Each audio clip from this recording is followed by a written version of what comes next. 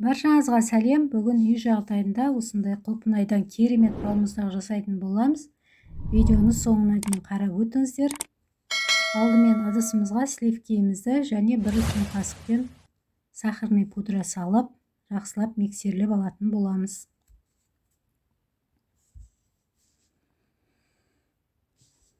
Миксерлеп алғаннан соң үстіне алдын ала өлшенген сүт пен сгущенкамызды салып, тағы да кішкене миксерлейтін боламыз. Толық рецепті төменге описание бөліміне жазатын боламын, сол жерден қарап өтсеңіздер болады.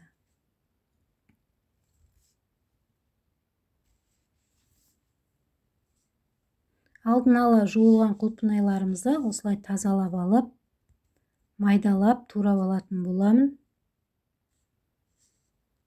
Құлпынайды блендермен езіп алсаңыздар да болады. Мен осылай барлығын турап қосатын боламын.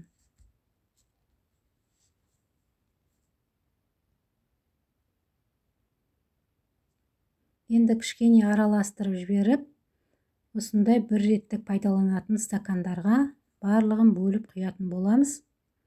Біздің балмұздақтарымызды 6 сағаттай морозильникте қатырамыз.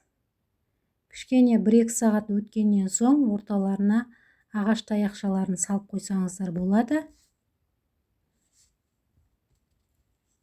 Біздің балмұздақтарымыз дайын. Енді осындай ыстық су құйып, кішкене батырып алсаңыздар, сыртқы қабатынан тез ажырайтын болады. Барлығын ажыратып алдық. Өте керемет болып шықты. Дәмі де, түрі де ерекше. Осылай сіздерге де қолдан жасап көруге кеңес беремін. Бізге өте қатты ұнады, және әсіресе балаларыма, және де құлпынайдың орнына басқа жемістер де қоссаңыздар болады.